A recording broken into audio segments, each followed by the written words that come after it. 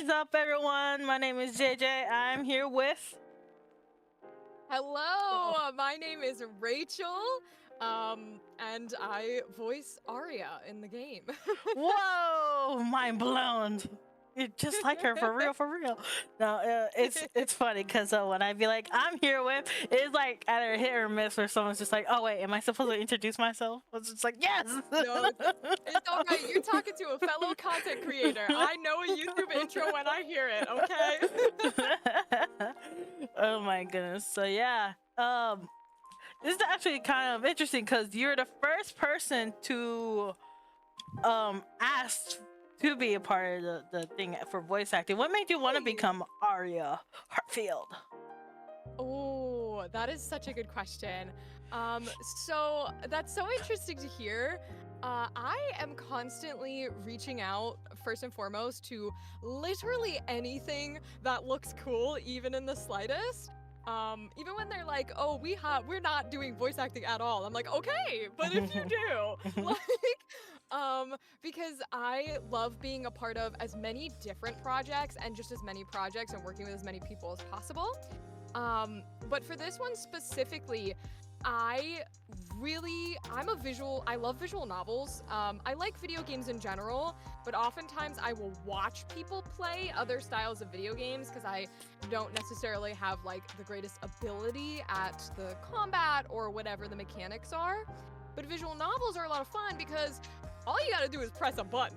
So like, I can click stuff with my mouse or click spacebar, so I can play a lot of those, and I like a bunch of them. And when I saw/heard about this project, I am a sucker for like, people will not believe this, I'm a sucker for like romance stuff.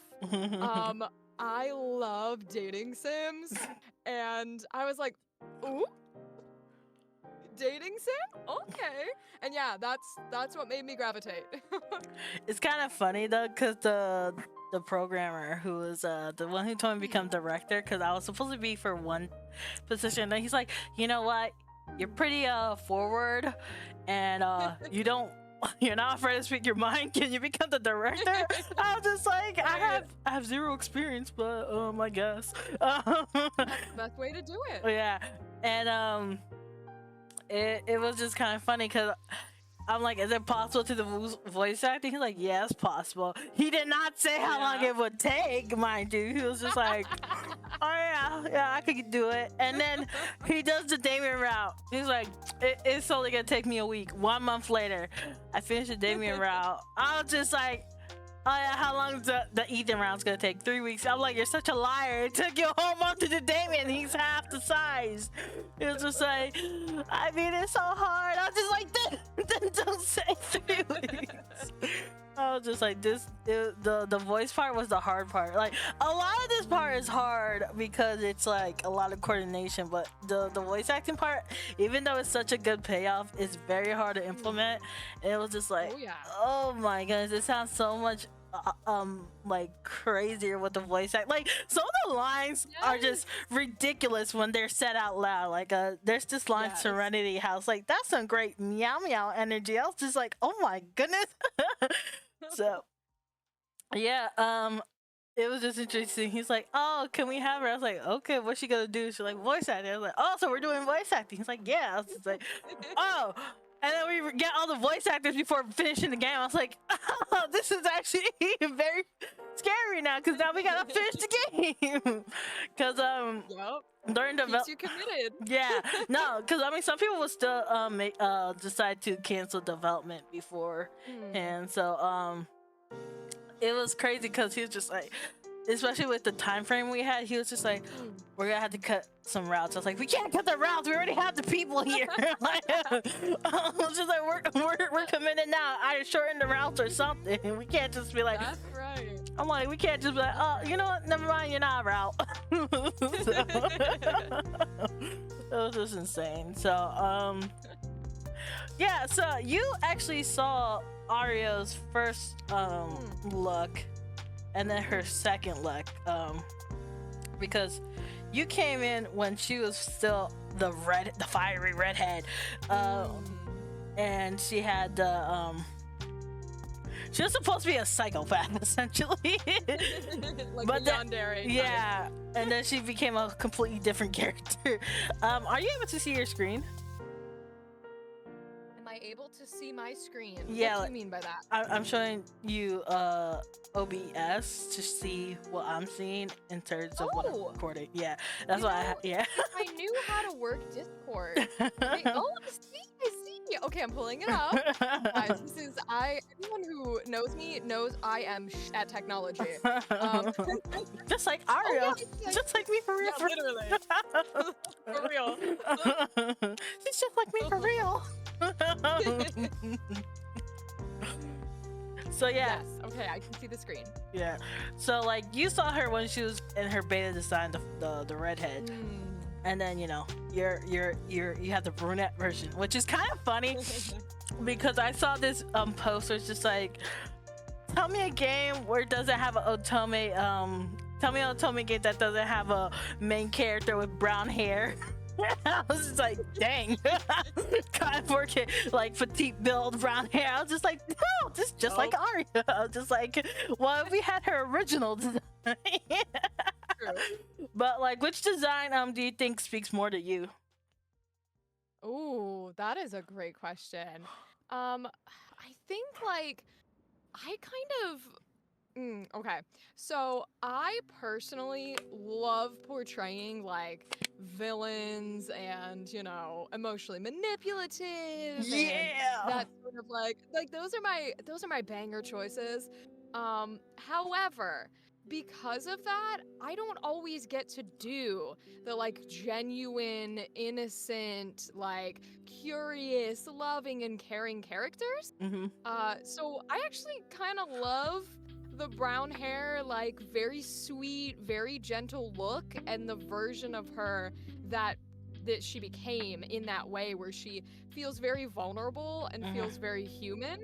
And I had a lot of fun getting to play that style of a character. I also think for a dating sim, it's a little bit better when you have a character that leans more towards like neutral / human, because you want your player to be able to feel like they are that character, right? Like some people are very like, yes, technically there's a character here, but I'm romancing each individual one, right? Yeah. And that's a good thing for dating sims. So I think this version of Aria fits a little bit better for that niche. It's funny that you say that because right now the villainous genre is like popping off. So like True. there's one side that prefers like the fiery redhead, and then there's one side that prefers the sweet innocent brunette.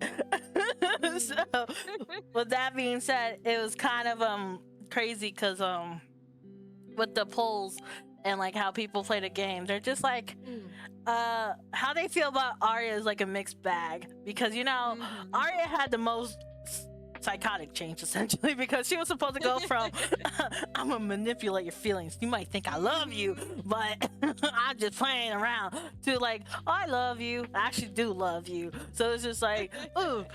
But because of that, her choice dialogue box is just like for example, it's like, Damien, why did Damien leave me? He must not really like me. It's just like, oh my goodness, girl, you just known him for 5 minutes, you're so clingy.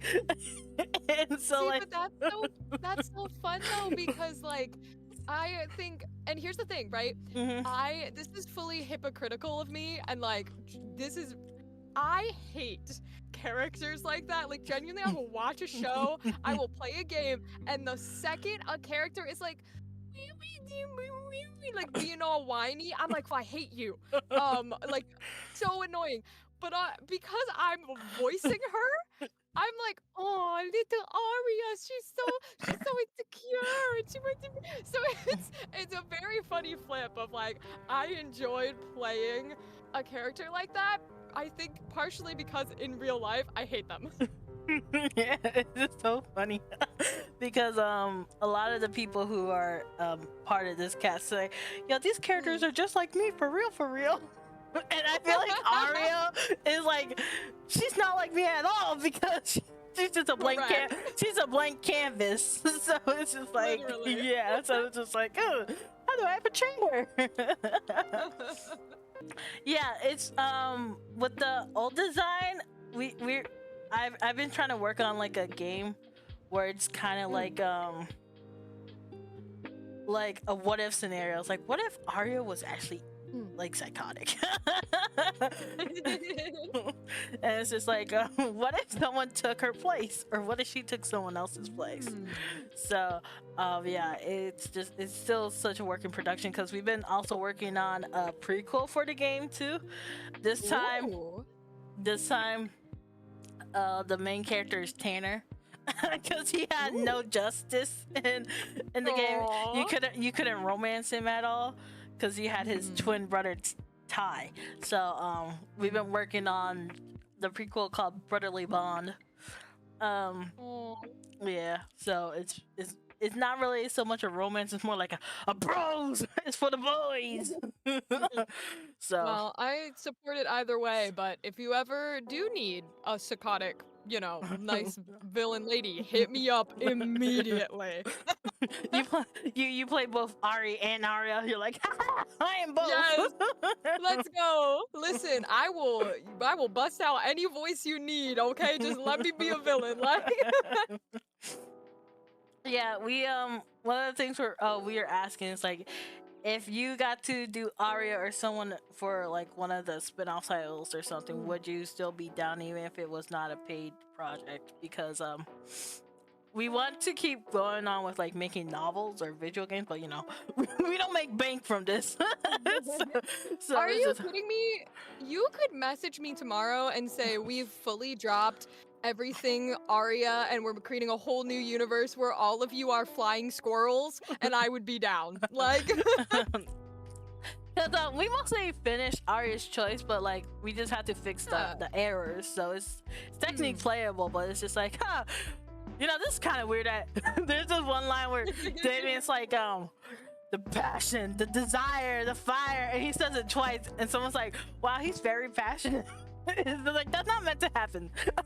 you gotta keep it now. Like, yeah, it's just like, he's so passionate. So, it's just kind of funny that that they're just like, oh, that's quite the passion this Damien has. For you, I know you had such a kind of a bias for Aria, but was Serenity or Layla more interesting to you at all? Oh, I don't think I really didn't have a preference of any of the characters, to be honest with you. Wow. I'm very much someone who, like, unless there is someone that's really annoying, like, I'm kind of down for all characters. I'm never fully against one of them.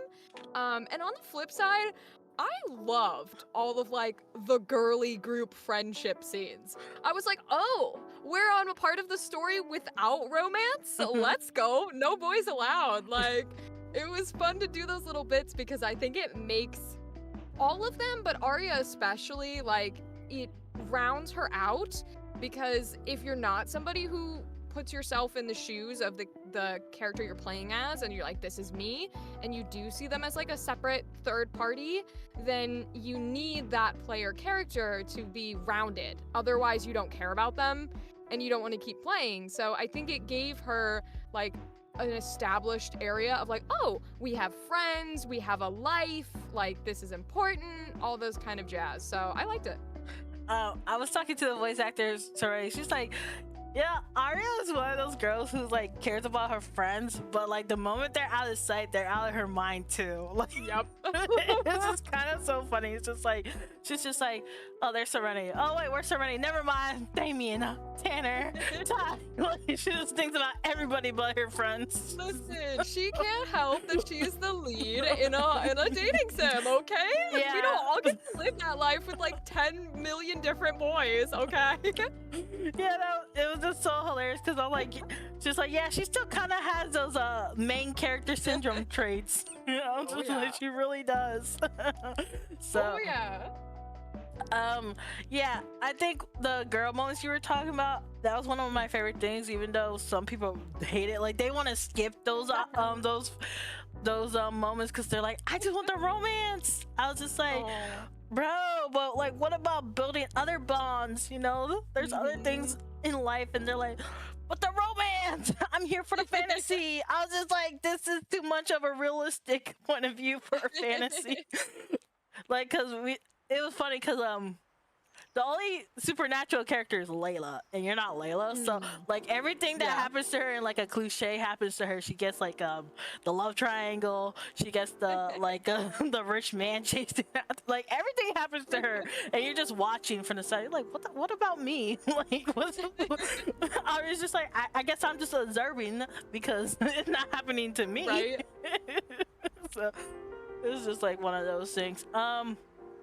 So what which relationships did you like the most? Ooh.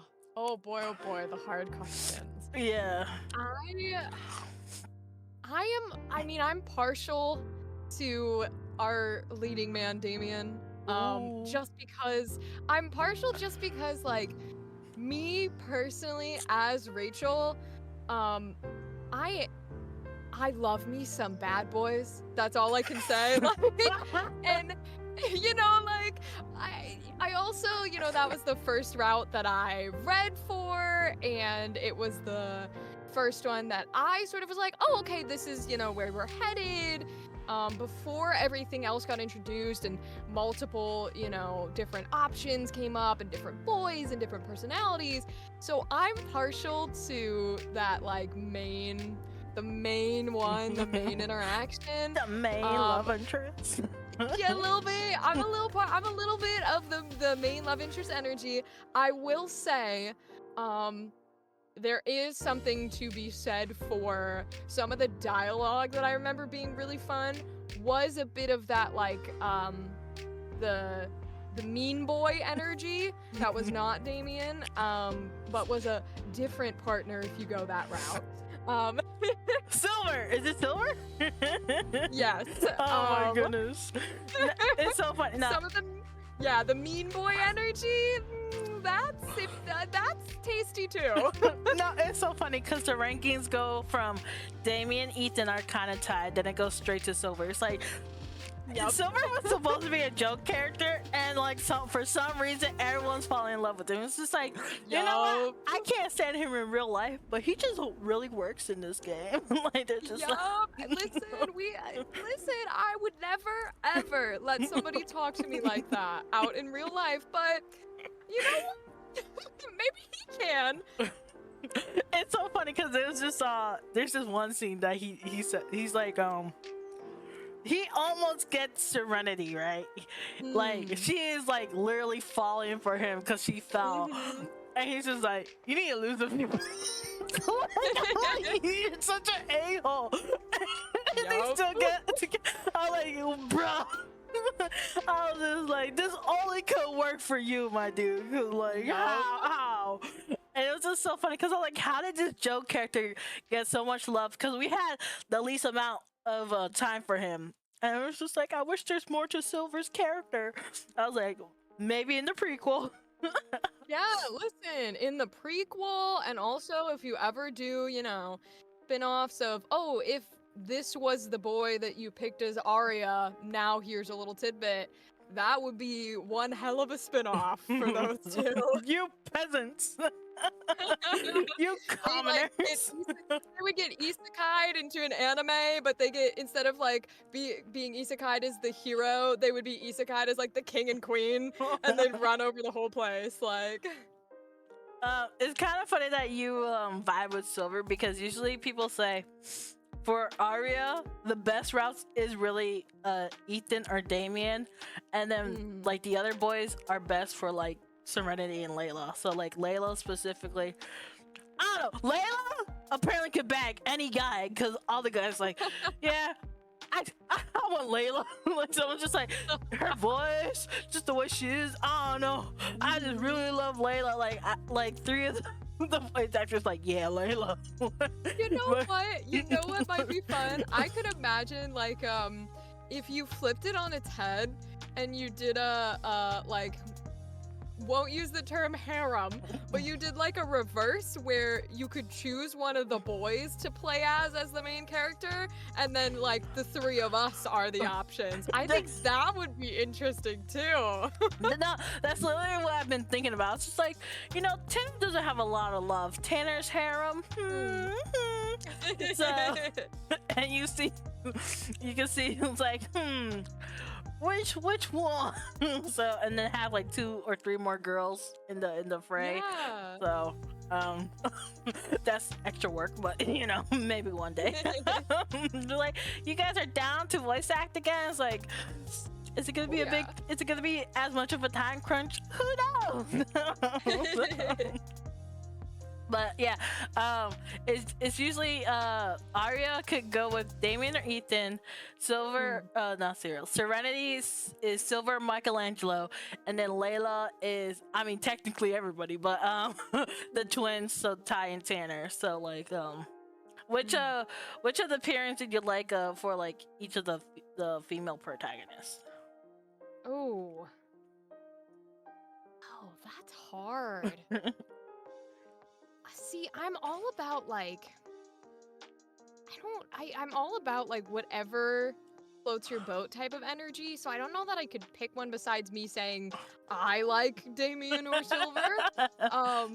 Even for Aria, I think depending on how you play her could go with any of them. I will say, I remember Michelangelo a little bit. Yeah. And I remember him specifically because I got that script and I went, "Who are you?" Ooh. And I was like, "Interesting." And I could not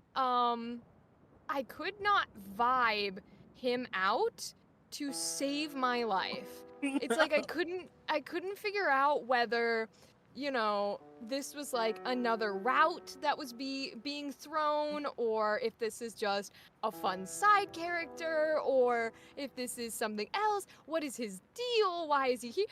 And his dialogue gave me nothing. And so I remember him specifically, and I think the only thing I'll say about pairings is I think he is a mysterious, like, eldritch being inside of this boy's body and should not be included. It's so funny because the voice actor for Michelangelo's like, you know what? He shouldn't be with anyone. He's low-key, he's low-key kind of toxic. He cares too much about his craft. He's like, he cares too much about his art and would not pay attention to his girl. I was just like, yeah. He is a Mafia Don boss in the making for the DC universe. Like, that is 100%.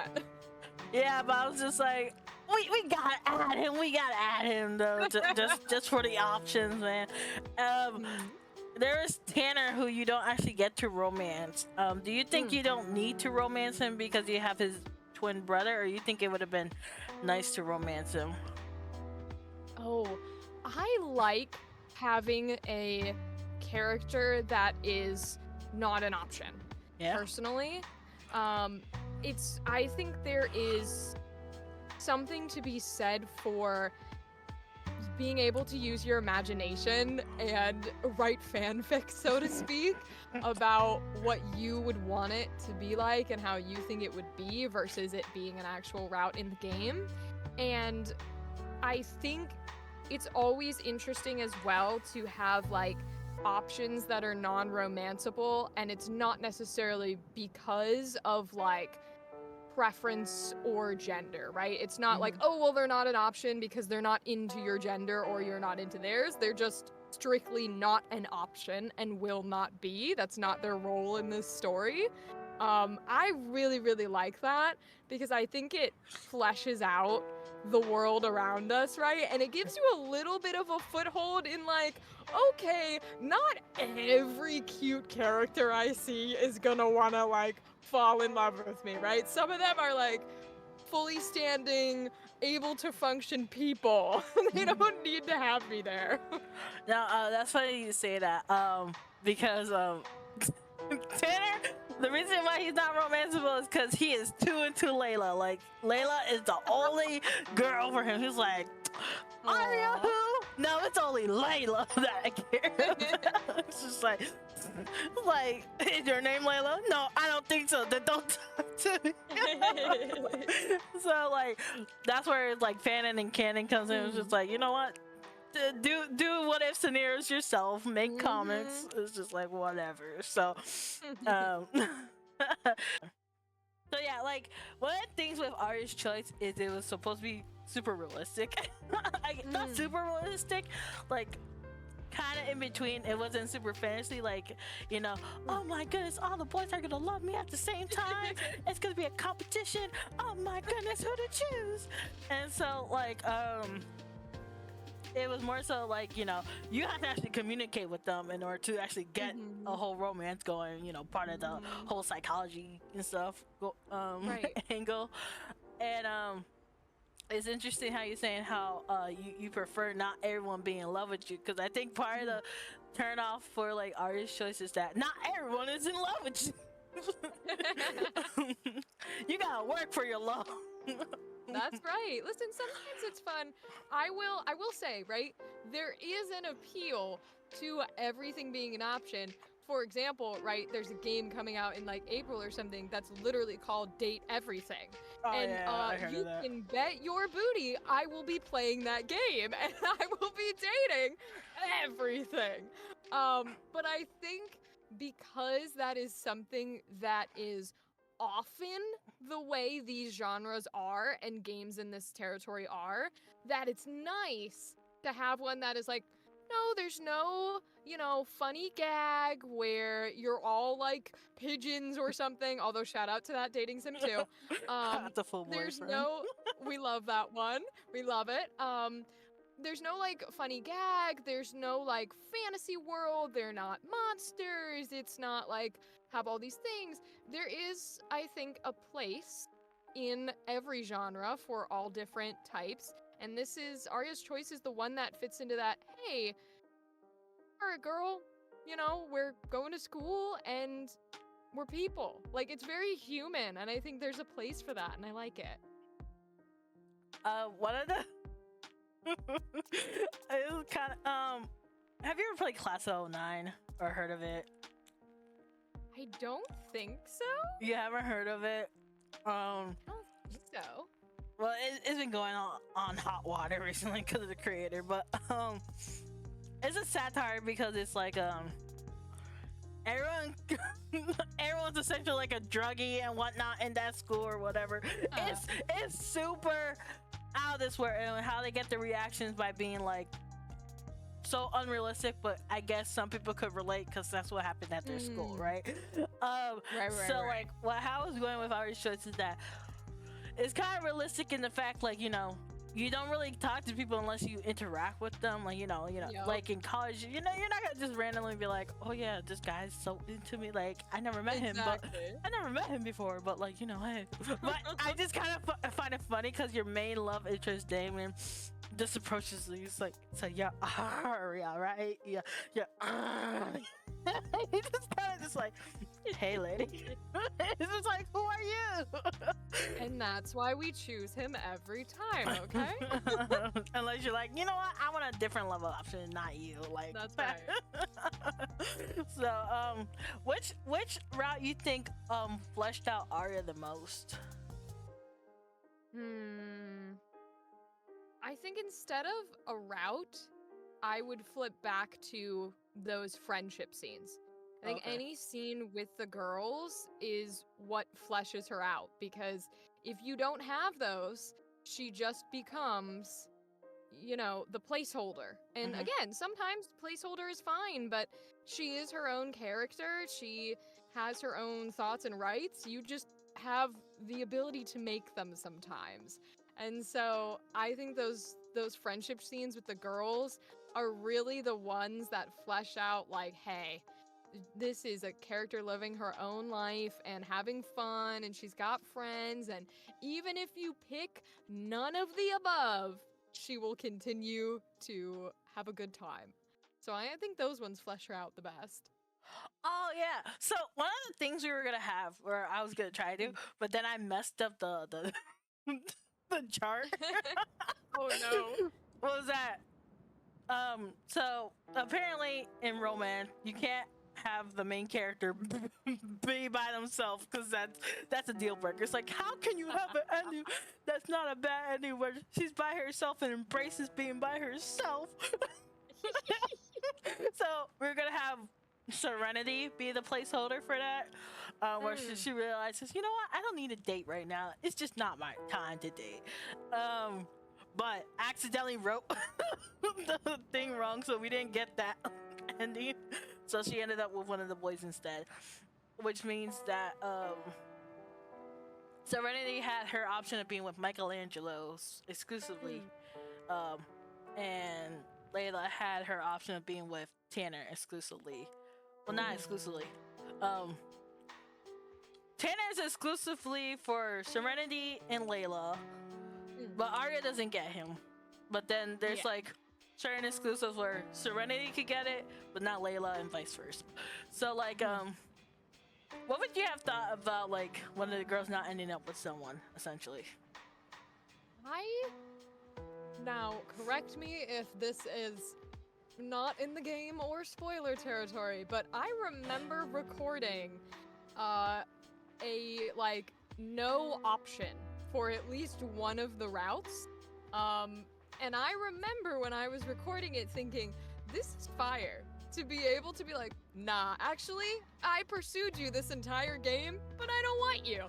Like, I loved recording that. I really like that as an option. And I am always a fan, even in romance games, for a choice to be like, to stay on your own and not go with any of the romanceable options. I love those choices, so I'd be down.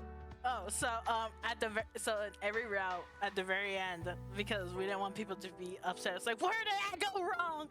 You have an option to just reject the guy you've been pining for this whole time. You're just like, you know what? Never mind. And I like that. Literally, every time I recorded one of those, I was like, this is the best choice. Like, I'm sorry, but this is the best ending. If you go through the entire game romancing one specific boy just to say no, you are the ultimate player. That's all I have to say. I think it's kind of funny, because I don't think you actually got to get the secret ending when you played, right? And I did not. So, spoilers for the sequel. Aria has a half-brother named Lloyd. The game's called Lloyd's Playbook. He's, because he's a playboy.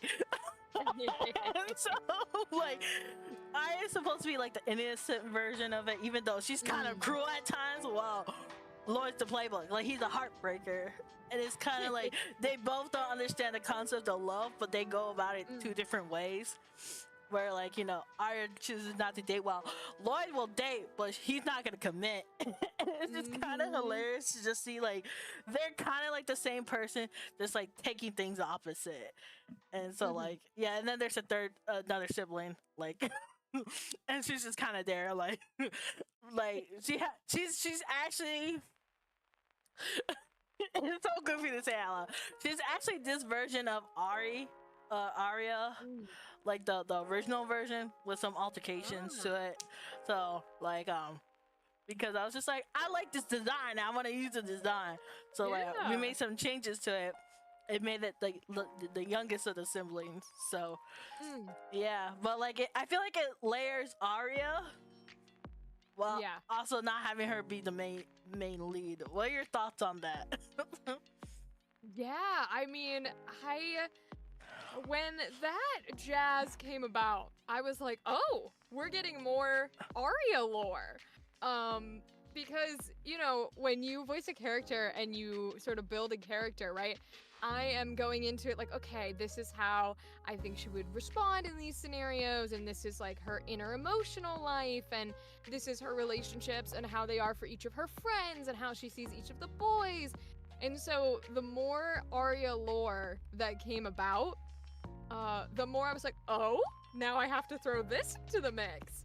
And so I think that was fun to see that revealed and to sort of be like, okay, you are currently playing as like what is essentially the only nice and innocent one of this family.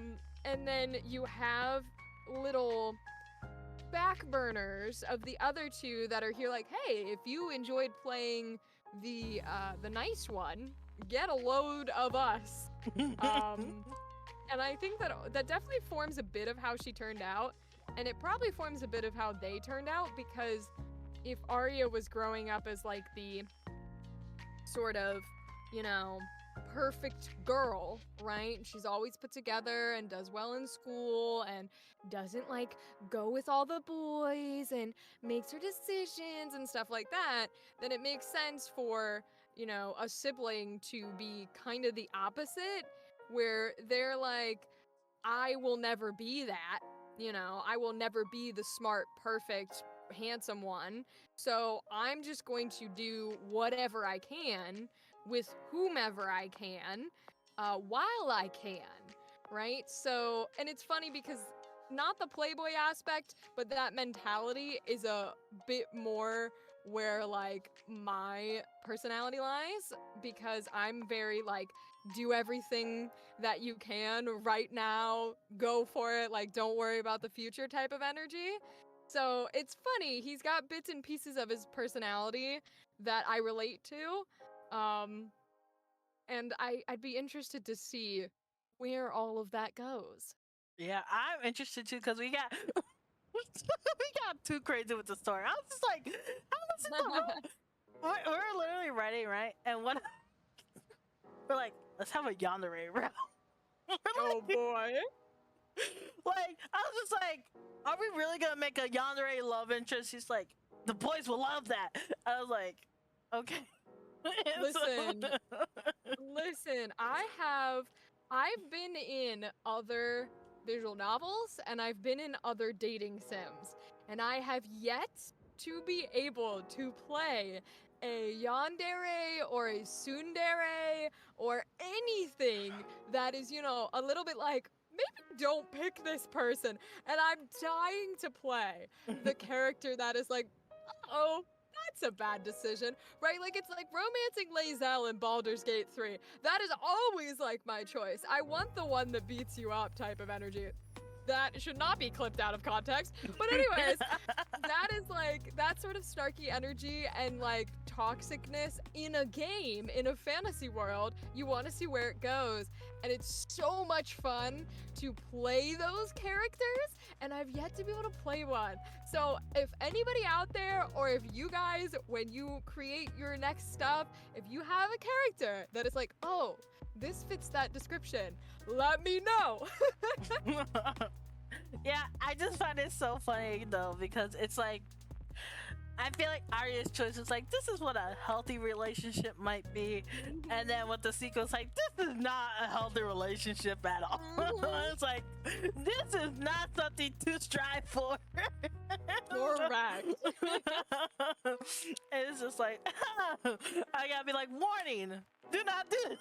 It's just like, this is a red flag to the game. So,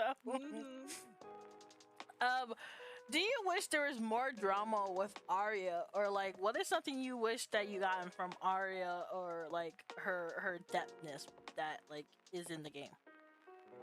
Ooh, I would have liked. Tricky. I think it would be interesting to have stuff that is sort of outside of the scope of some of the traditional things. This is very traditional in the style of like, they're in college, they're in school, right? They're learning these crafts, they're meeting other students, they're having fun, all that kind of jazz. But I think it'd be interesting to hop into something like this, but instead of necessarily dating sim territory, maybe it's into a relationship. So like, you're already dating one of them, or you already have been in a space where it's like, oh, this is my boyfriend, and you know, maybe you get the choices of like, this other boy who I just met is flirting with me. Am I doing this? Do you go back and break up with your boyfriend? What does Serenity think about flirting with other boys or doing whatever when you have a partner? I think those kind of complexities would be able to keep her human, because you could see the aspect of like, hey, you've been together forever long, you're going through trouble, like, you as a human when you're in those scenarios don't always make the best choices. And I think it could give you a real keep the humanness about her and who she is and the real life sort of aspect that this game has running for it, but also give her a bit more depth in the style of the problems she's dealing with and considering are a bit more mature. I think that would be fun because they're fun in this game, but I could definitely see the aspect of like, they won't necessarily, you know, choosing whichever boy you choose or choosing not to go with one is not going to, you know, end the world, right? Or make her not get a career. So it could be interesting to have one with a bit more mature decision making, where it's like, you know, maybe Serenity, there's a decision that you could make where she's like, if you make this decision, like, we're not friends anymore, right? Or something to that aspect. Literally, because something where there's a bit of, you know, your choices matter, but maybe your choices matter for more than romance, yes or no. Like, you're not gonna have a friend beside you when you make these choices, but you'll have the boy you want. So I think something like that could be really fun. It was funny that you say that because I was thinking about what if for when you rejected Damien, it leads to the Oh boy. So you know how you talk about Tandem's harem, that this leads to the reason why Tanner could date Aria because Layla and Ty end up dating, right? And then Right. Silver and Serenity are dating, but that's a red flag relationship right there. So then it's just like relationships, the game, where it's just like, are they in all good relationships or not? Yeah. Relationships in the game could be fun, especially if you know, if we delve into like queer territory, they're like being in that group, and then if you could all date each other theoretically, and you're swapping like, oh well, I broke up with him and you guys broke up, and oh my gosh, relationship the game would be crazy. Oh my goodness. For this game, that could not be a possibility because okay, spoiler. we made another of the guys related and they don't know. And see, can't be doing that. That's too much. Yeah, so it's just like, yeah, we can't really make it too crazy. Nope, so, can't be doing that. You gotta have a whole new universe. Yeah, so I was just like, that's probably for a whole different territory. But like, yeah, like if it's just like add more characters or something like that, then maybe. But like, but this one, like we're going crazy with the prequel, so it's just like, yeah, considering how some of them don't know they're related, that would be a bit too much. so yeah, but it's kind of crazy. It's just like, but we're not doing the Orin High thing. It's just the twin sets. Oh boy. So, oh my goodness. So yeah, did you have any thoughts on Ty at all? Because you told, or Ethan, because you said you like Damien the most. You kind of like the toxic Silver, and you think Michelangelo should keep his toxic self to himself. So, what are your thoughts with Ethan and Ty? This is going to be so rude, and I apologize ahead of time. Strictly character dialogue. I just want to be clear, I did not voice act with any other actors. I'm sure they're lovely, lovely people. I just thought they were so plain. Like, that was my only thought. It's not hate, it's not love, it's just kind of, they're there. And so, that would be, from dialogue choices, my thoughts. That's so crazy because everyone's always like, oh, Ethan's so deep, Ethan's so in depth, like he's so into his emotion. You're like, he's so bored. You're like, I can't stand this man. You're just like, he's not giving right now. He's too nice. He's too nice. I need a toxic man in my life. Listen, I'll go to therapy for it later, okay? But they're just... She's like, I need a guy who gives me trauma or No, Now because you see why I need to play a crazy person, okay? You gotta let me play the psychotics, because when you let me play the innocent girl and then you do interviews, all you're gonna get is, so you played the sweet baby girl who everyone wants to be in a nice relationship. What do you feel about that? And I'm gonna be like, I hate it. Like, no, it's crazy because with Ty, I was just like, yeah, he does need more depth. He's kind of just a golden retriever. I'm not gonna lie. Like to that comment, I was just like, where's his story going? But with Ethan, everyone's just like, I want to know more about Ethan. He's not the jelly bit. Like everyone's just like, he's just like he's the real main lead, and you're like, no, I want to be funny for my life with Damien because he can at least invoke emotion with me. With Ethan, it's too stable. It's too stable of a relationship. I just can't. Even with Silver, like we might be in a toxic relationship, but at least he could provide for me. Like you're just like I can't. Yeah, and I stand by my choices. but at the very same time, you're like, but Michelangelo's not given because he just cares about himself. So what does that logic fly where the other two are too nice? The logic is very simple. There's a difference between being invested in yourself and being toxic to your partner, right? Okay, like one is directed towards me, I can handle that. The other one is you're all about you, all right? If you're gonna be toxic, at least involve the both of us. But that being said, because Silver initially comes off toxic, but then there's this one thing I added where it somehow made it so that everyone's like, you know what, I forgive you. Is that kind of why you got invested with him? Is because when I was we said, so when we were writing the surf plot, we're like, what happens to him? And then he talks about how his mom had cancer, and then everyone's when they get to this like, oh my goodness, I forgive him. I was just like, are you okay with the way he talks because of that moment, or you're like, I love him even beforehand?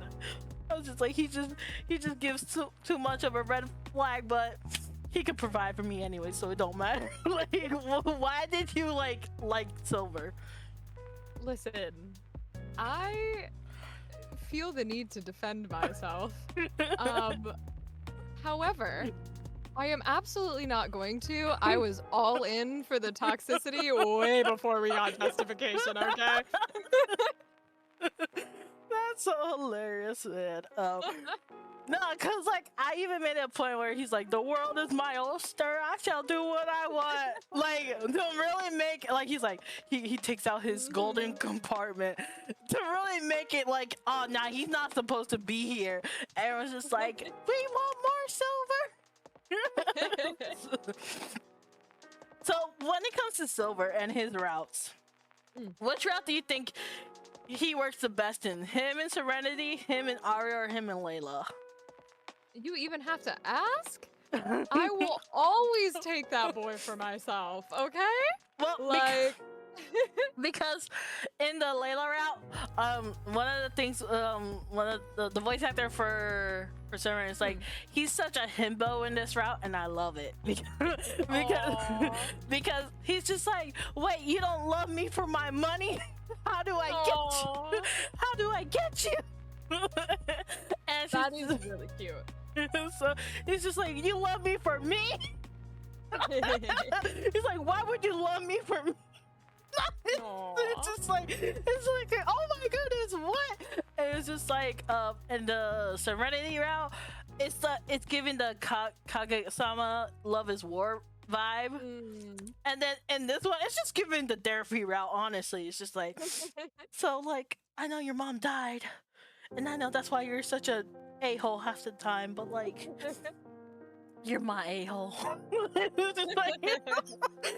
that's literally what his route feels like in that route. Because even you know how you're talking about how you think the Ethan route was kind of just there, bland. In the Ethan route, he's like, so I bullied Ethan. Silver's like, I bullied Ethan because I wanted to invoke an emotion out of him, and it worked. And they're like, and that's how we became best friends. And you're like, that's not alarming at all. Oh, okay. Did you really buy into Aria and Serenity being best friends? Cause like, she just pops up, just like, "Hey, bestie," and then there's a relationship. It's like, "That's my best friend." Oh my god.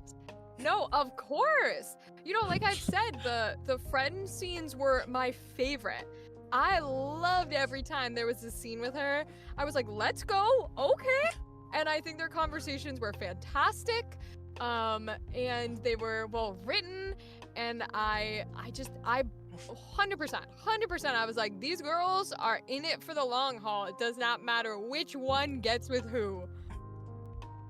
Oh my goodness, I just find it so funny though. Like, I'm just what a scenario that Serenity was supposed to be with Silver and Aria just takes her man, and then catfight ensues. It's just like, you guys really fighting for me? I mean, I know I'm worth it, but at least let's make a spectacle of it and make some money off of it. Like, I can see Silver doing that. so I'm just like, oh my goodness, like. Yeah, I really like the girl moments. I think it's one of those things I don't see in visual novels enough, where like you only focus on like the heroines or the guys in the story, and so like then there's no room for like actual friendships. Like Cladden, I saw the anime. I don't know if you ever heard of it. I don't think so. But it was a really good anime. But I remember this man had this best friend. I'm like, where does this man get his like happy ending? Because it's only about the guy, the girls fall in love with the main guy. I was just like, is there no happy ending for the best friend, even though he was his ride or die? Like, I just always look at that. I was just like, why is there never anything for like your friends? It's just always about the main love interest or main lead. I was like, oh, this is so frustrating. So then I was just like, we had to have a girl option, right? Like a best friend. And then I was like, should we have two? They're like, I can write two. I was like, okay, we're having two girls, but one of them's gonna be super strong. And then we technically couldn't do it, but we did it anyway. And then Layla came to be, and I don't know, I feel like I like Layla the most out of the characters. Serenity's like a close second. But I like Layla the most because like there's just something about her character where it's like it shouldn't make sense, but for some reason it makes sense to everybody. And that's what I love about her character. So yeah, so you told me you didn't get the secret ending, but you would think it's kind of cool that she has a brother. It's like it adds more to her character. Yeah. What would you want to see in a sequel for her though? Like even if she wasn't the main character. Ooh. I think whether she's the main character or not, I would love to see one that puts them in location-wise their new like career out of school. Yeah, like they 5 were years. Yes, exactly, because they were all pursuing very interesting pathways career-wise. And I would love to see what does a life look like now, and maybe there's different mechanics implemented depending on who you follow. Maybe it's romance, maybe it's not, right? Maybe it's another relationship drama thing. But regardless, I think the thing I would focus on is the location, because I think sometimes that gets thrown away with visual novels, and I think it would be interesting to have a location be a point of the story. So that'd be cool if it was tied to their careers. Yeah, I was just like, usually I feel like it would be a lot more darker because usually after college you won't see your friends as much. But with Silver in the mix, it'd be like, I won't let that happen. We'll see each other every time we want. Flies everybody out for holidays. Yeah, it's just like, I can see you whenever. So, which is funny because the voice actor was just like, Silver and Serenity are the type of people to get married to each other and not get a divorce, because that would be admitting defeat. Yup, 100%. So they're just stuck in the relationship together. So do you think if Aria ended up with Silver, do you think they would have a legit marriage, or you think it would be like a struggle marriage? How you think that marriage would go? He would be the mom wife. The type of wife that is like, now, honey, you know that's not actually what you said. What did you say? And then he says, like, I said this. And she's like, now, should we be saying that, or is that mean? And he's like, it's mean. Right? Like, that's the relationship they would have, 100%. Nah, I was literally thinking, like, if Silver had a kid, he would be like, he would spoil him like crazy. Like, he would just be dad. He would be the dad. He would just be like 100% invested in that child. He's like, you're having a kid. Oh my god! Like, he would be so excited. He'd be like, yeah. I think it would flip him. For some people, you know, don't recommend this method. Yeah. But for some people, having a child does flip their whole, like, view on life. And I could definitely see his view flipping to where he's like, I will be the best I can be for both of you now that this is happening, right? And every life choice I've ever made is like, I'm gonna go apologize. I'm gonna go send, like, you know, a check for $10,000 to whoever I bullied. Like, all that kind of stuff. And I'm all for a redemption arc. I love redemption arcs. I love, like, confronting pasts and dealing with flaws. So that, I could see him doing that for sure. It's so funny because we say that for Silver. Meanwhile, Damien's just like, the voice actor for Damien was like, yeah, Damien would probably be a horrible dad.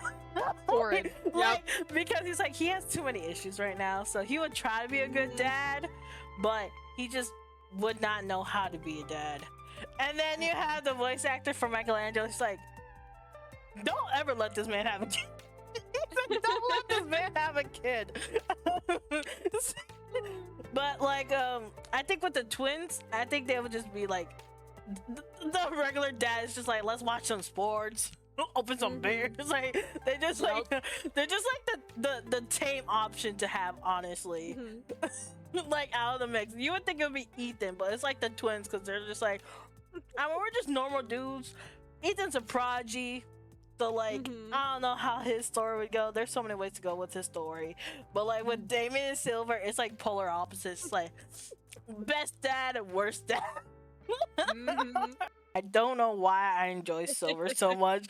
Like, it's like making a toxic character to be toxic and then everyone fall in love with him, and you're like, why? That's how it goes. It's fantasy. It's just his fantasy. Do you think Aria ever went back to the hibachi restaurant after the date? You know, two answers. Do I want her to? Kinda. Just so I could act that scene. But I think she's the type of person who would go to therapy and then decide that she was going to enact her own therapy on herself and go back to try and be like, I need to work through my trauma. And then it will go horribly wrong, and she'll go back to her therapist, and her therapist will be like, why would you do that? But I could definitely see that occurring. So you said, do you? Because I was gonna say, do you think the hibachi thing should be canon, like overall, even if like the game was like you had your own boyfriend or whatever? Should that date be canon? Like, it could be like, yeah, they did it, but they surely broke up because of that date. Like, yeah, she can't handle that trauma. So like, it's gonna be forever in her, and then she ended up with one of the boys, like, or however that happened. Do you think that hibachi scene should be canon so that she could deal with the PTSD, or like show how she deals with it and XYZ? I think there is a lot to be explored with that concept. It would take a whole different genre, I think.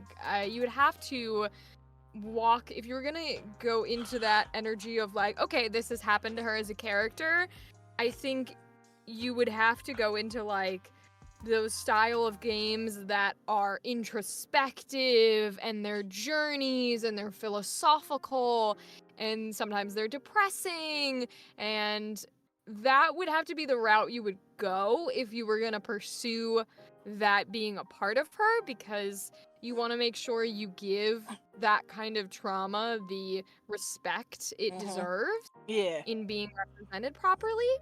But whether or not it is canon in terms of we have not done anything past it, and as far as I know, there are no plans to do anything past it, I would say canon in this universe of Aria's Choice is up to the player. Okay. Yeah, no, I was just saying like a total what if scenario. It's like, let's say like 5 years from now, like they're all about their like careers. We don't know who Aria's with. And then someone's like, Hibachi's like, no. No, like it's just immediate. It's like, what's wrong with Hibachi? It's like when we don't talk about Hibachi. So, who would you say Aria's Choice caters to the most? Ooh, who does it cater to the most? Anyone who likes a good old dating sim.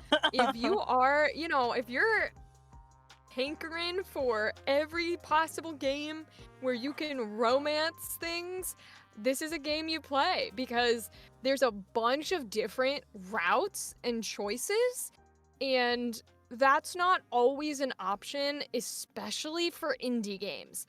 And then on top of that, especially for a fully voiced indie game, like that's really, really difficult to find. Any sort of, there are a lot of AAA visual novels that are not voiced like this. And so, well, but still, like either way, there's so much value in any sort of indie project regardless, but the type of work that was put into this, if you like dating sims, if you like romance, or if you're just down to play a new game, play it. Like, it caters to everyone. I just find it so crazy that you do not like Ethan's route. I'm just kind of thinking, I was like, dang, she really didn't like Ethan's route. Everyone's always like, Ethan. You know what? To anybody watching or listening, go play the game, take Ethan's route, and then come back and tell me how wrong I am. You gotta prove it to me, okay? Just like, prove it. Do you think this should have been in high school rather than college, or you think college was the perfect scenario for this game? College. There's so much tiptoeing and gray territory when you work with, even if everybody had been, if you go high school territory, then you run into like we swear everybody's 18. And I don't, that's not my energy. I think there's stories to be had there. I don't necessarily like placing dating sims in that age range. You can, if they are specifically catered to, because teens should have an outlet for them to see themselves represented in games like this. But I think that's a whole thing you need to be like, this is specifically who we're doing it for, versus if you're doing it for everybody and your like main audience is adults, then I always push above high school. But I like the setting of college because it gives you the feeling of like, being in the same walls as everyone and going to class and having a routine and a little bit of that like, gossipy, drama-y, relationship-y environment, but in an adult setting and a young adult setting as well. So you can be like freshly 19, 20, right? And still identify with the spaces that these characters are in. Or you can be 40, 50, 60 and be like, oh, I remember that. I remember. Back in my day. So, yeah, exactly. So I think this was a good setting choice. I was gonna say, I just felt like college was a different pace because I was just very tired with everything in high school. Like, even the anime, it's like, oh, it's in high school. Everything in romance is always in high school. It's like, bro, what about college? Like, don't everything gotta be in high school. That's right. So, I have some questions in terms of like, what the dynamics with Serenity and Layla, because we seem to really enjoy that part So as I told you before, so like Aria has like the heroine feature-esque where she's like slender, brunette, XYZ. While Serenity is kind of gives the villainous vibe. So like, have you ever played Final Fantasy VII? I know of it. Okay, so there's always this war going on between Tifa and Aerith because Oh yeah, that I know. so like Aria kind of has like the Aerith vibe, while Serenity kind of has the Tifa vibe because of her body shape. And then Layla's like the third option where she's like the unexpected because like you know, not a lot of plus size come into the picture when it comes to this. What are your thoughts on each of the characters like white representation? You know, I can't speak too much to it. I myself am somewhat on the like underweight side. Yeah. So I would say that I think what I'll say is I think representation in all forms matters. And I would love for more characters to be like, you know, we talked earlier about her accidentally falling into the brown hair, slender build, like that every sort of dating sim main character, you know, female typical romances. And I think I mean, I'm glad I got to voice her and I'm glad I got to play her. And I very much look like her, but I love when I see games and I see, you know, anime and all this stuff that has other representation as lead characters, and it's not like, oh, look at us, you know, we look at our main character, look how cool and different they are, and we're, you know, showing this as a representation. It's just, what do you mean? Of course that's a character in our game. Why wouldn't it be a character in our game?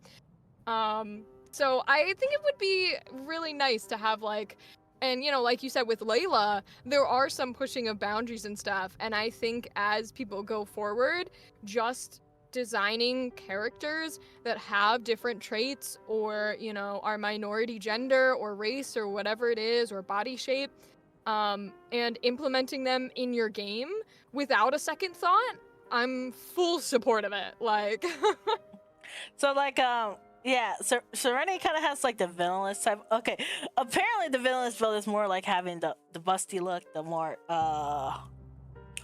the perfect body, as they used to say. I didn't really think about it when that, but like that's usually what the villainous is considered, because I was just thinking about that when I was thinking about why is there such a war between Aerith and Tifa, is because like one has more of like the heroine trait while one has more of the villainous trait, regardless of their personality. Absolutely.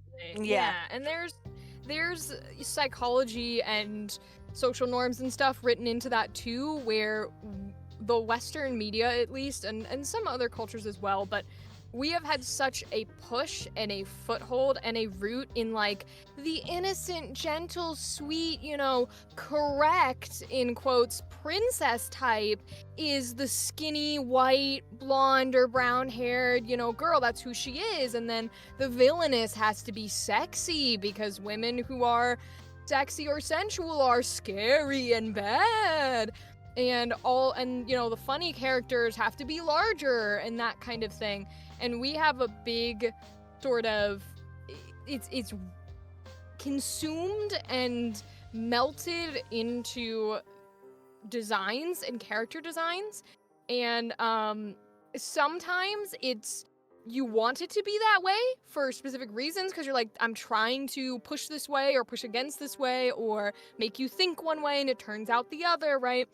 But the more that we recognize where those are and where they're happening, the more we can be like, next time I do this, Aria's type is going to be the villain, and Layla's type is going to be the princess hero, and, you know, etc., etc. And that's one of those things that's interesting when we create. We find those little bits and pieces, and those are things that I consider when I audition for characters as well, right? When I get the art and I get any details about like personality and stuff, I consider what the artist may have subconsciously put into this character art, and where I can take bits and pieces of that and use it to inform my performance and also to flip the performance on its head a little bit. Yeah, no, when it comes to that, yeah, I think it's just because there's a mindset we already have. And so, like, unless someone, like, says what they want or something, you're not gonna get, what you want, or you're just gonna go with the flow. So, like, Exactly. with Layla's, I don't know, like with Layla's, I wasn't thinking, oh, she gotta be plus size. I just like, oh, she looks nice. Like, I was just like, Exactly. oh, she looks pretty. And then, you know, I was just like, you know what, if we're gonna have like a slender and then, you know, plus size, I was like, might as well have different body types, because I know you know how people say Twitter's a sausage or cessfest or whatever it's called. I don't know, but they get so upset if you put large chest on a woman. I'm like, I mean, some women are just built that way. So I was just like, yeah. So to me, it's just like, no, I just want to have different types of bodies. Like, it was kind of hard to have it with the guys. I feel like the guys, like, we couldn't really get their physiques all different. So, like, I was a little upset with that. Like, they look nice, but it's just like, I don't really see, like, too much of a difference with how they look. Especially because that's something that their outfits cover. You are 100% right? And that's, again, these are just things that we acknowledge, we recognize, we go, oh, okay, and then we work on them in the future, right? A lot of artists have a gender in quotes that they find easier to draw, and so they're able to more differentiate the character designs. And then when it comes to the other gender, they're like, I've never sat down and like looked at the different body types, right? Or that kind of a thing. So that's just something that we grow upon, and I do that with the acting side of things too, is like, where am I pulling stereotypes from that need to change perspective wise? And there's just things we realize, and we keep going forward, and we grow and we learn and we change. That's all. We live and learn. Hanging out today and just tomorrow. I'm singing it. It's a Sonic song. It's like live and learn.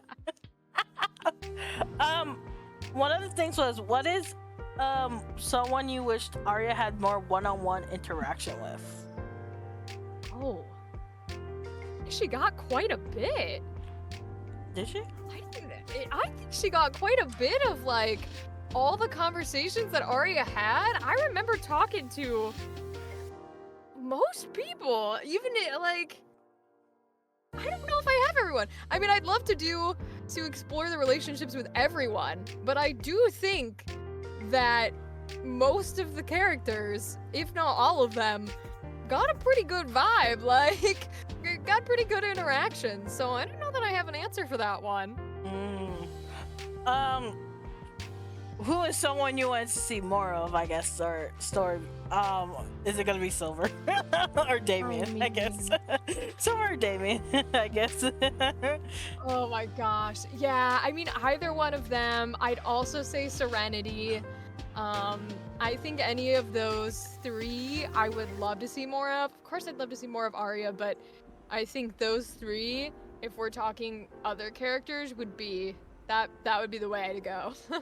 Oh, okay. Well, I don't think you know. Okay, so Serenity, Serenity and Layla are actually like two sides of the same coin too, because I think that's how it's doing a lot of people. So like, Ethan and Michelangelo are kind of similar, which is kind of funny how you're like, Michelangelo is such a red flag and Ethan's kind of boring, but like, because they're both keep to themselves and they're both into their crafts. But Michelangelo really doesn't really be giving you the time of day compared to Ethan. Ethan will give you the time of day, but Michelangelo's just kind of like, oh, hey, I guess we're here. But they have the same personality, which I guess is kind of good that the relationship triangle didn't really go the way planned, because then it's like, oh, it would have been the same thing twice. So, and then you have Silver and Serenity, who was the enemies to lovers trope. Layla, Ty, and Tanner were the love triangle. Ethan is the prodigy, Aria's the blank canvas, and then Damien's the trauma. Damien's just a trauma, and Silver's the over-exaggerated character. So like, that's why I was just like, but when it came to Serenity and Layla, so Serenity's backstory was that she was also super overweight in the past, but when she worked out, she was able to get the quote-unquote desired body. But like, even though Layla works out, she still remains plus size. So like, but they don't show any animosity or hatred towards one another. But some people will still see that as like Serenity either feels like self-conscious about herself or something, or it's just based off of interpretation of like how the character sees it. So I was just curious on what your thoughts on like their dynamic, because like, you know, they're basically supposed to have like the same type of journey, but they had different results. Yeah, I think that adds to how we've been calling Aria's choice sort of like the realistic version of a dating sim. It just adds to it. That's how friendship dynamics are, is, you know, one of you or multiple of you might have the same goal, and one of you succeeds and the other one is like, why are you being able to accomplish all the things that I can't seem to do? And there's fun things to be explored in there with what kind of different emotions that might stir, for like guilt and shame and jealousy and all that jazz. But I think in the realm of Aria's choice, the three of them, Aria, Serenity, and Layla, were very much like, it felt like we were in a place where they were either past that sort of feelings or they were yet to talk about them. It's like we're not quite in the midst where that drama is occurring. We're sort of just living our daily life, and maybe if we got an OVA or a one, you know, chapter spin-off with these three, that might be one of the things they go into. And it's, you know, learning how to like love yourself, learning how to support your friends if they do things that you wanted, right? All sorts of little bits and pieces. But I think for this game, they were pretty good with each other, and at least from what we saw, very like supportive. OVA is like $1 million to make. just a 20-minute OVA. You're like, oh, you got $1 million? Like, no, like do it. Literally. So it's just like, maybe in the future, just like we get the Doki Doki success, maybe. Right? Exactly. Why do you think Serenity works as a good best friend though? Oh. Because she serves a balance of listening and also being sort of like witty realism. So she'll listen when Aria is like, here are all my boy troubles and I do not know what to do with the boys. And she'll be like, okay, great, you're an idiot, why are you doing that? And that's the best style of friend, is one that goes, I'm listening, I hear you, now stop. Stop and listen to yourself for a second. And what about Layla? Because Layla comes in later. Like, they literally coincidentally meet her. So, and then which makes the whole trio occur. Why do you think she just flows into the group so naturally? Because she's very sort of chill in a way, where she's kind of like down for anybody that sort of wants to hang out or do anything. She's very open to like, sure, like, who are you? Let's talk. Let's be friends. You want to come here? You want to do that? Let's go to the party. Like, she's very encouraging and supportive. And I think if you are that way, you fit into friend groups very easily.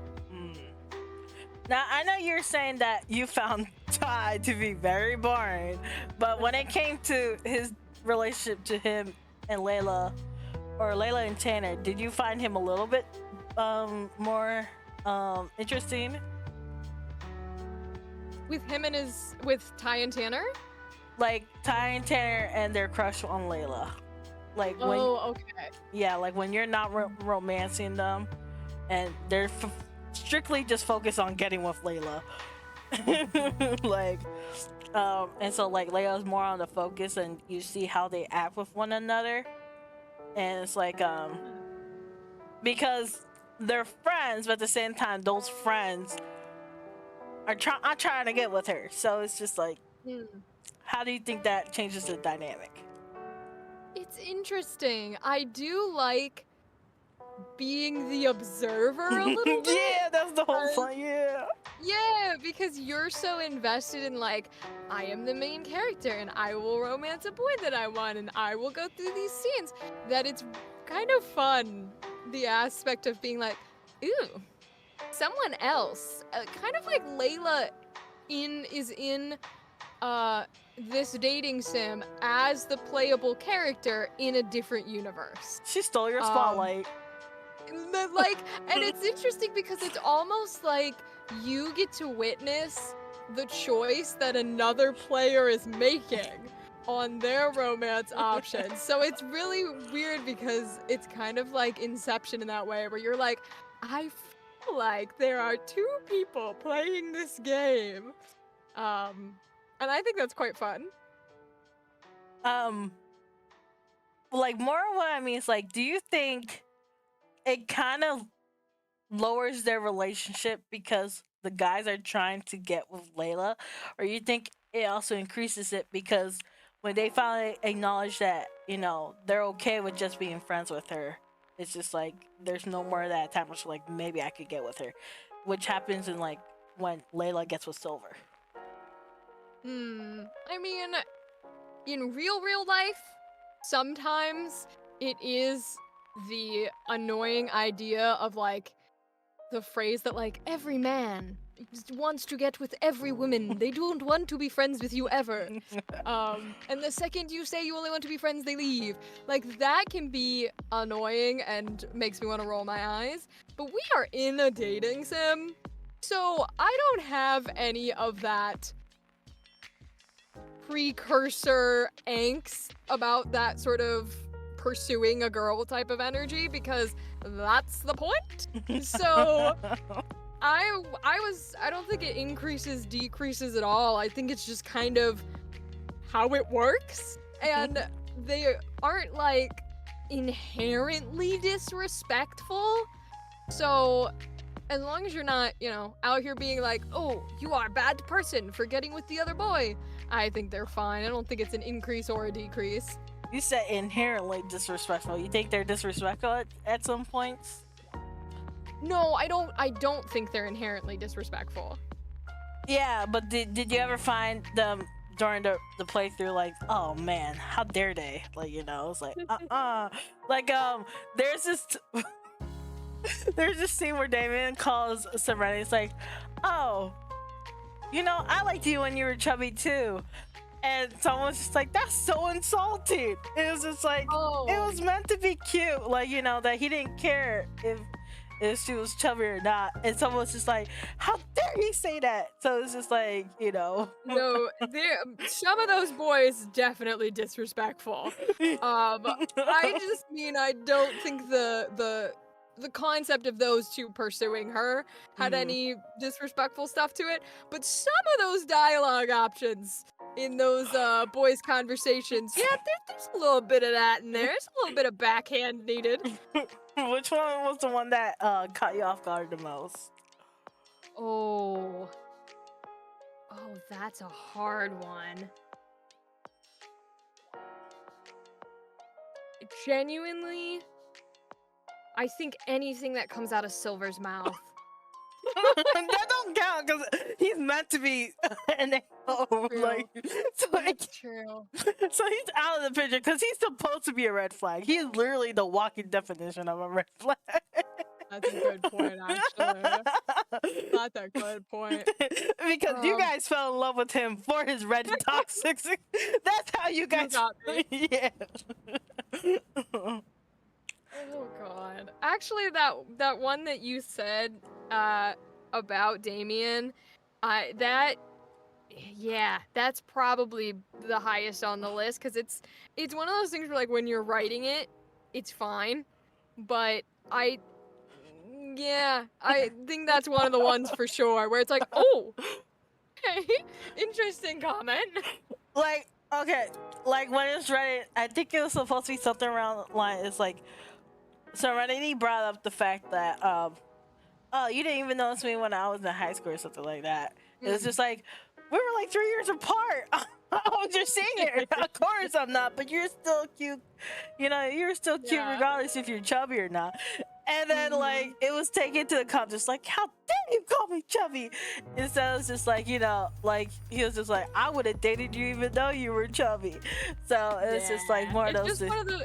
It's one of those comments where you just look at him and you're like, close your mouth, take your foot out, and back up. It's one of those comments where it's like a guy's like, you know what? I like a girl who can eat. Oh, you know what it reminds me of? If you've ever seen the old, I call them old, I shouldn't do that, the amazing original live action Scooby-Doo movie where Fred says something to the equivalent of like, I think nerds like you are hot too, or like, I think ugly people like you are hot too. That is the equivalent. And you're like, oh.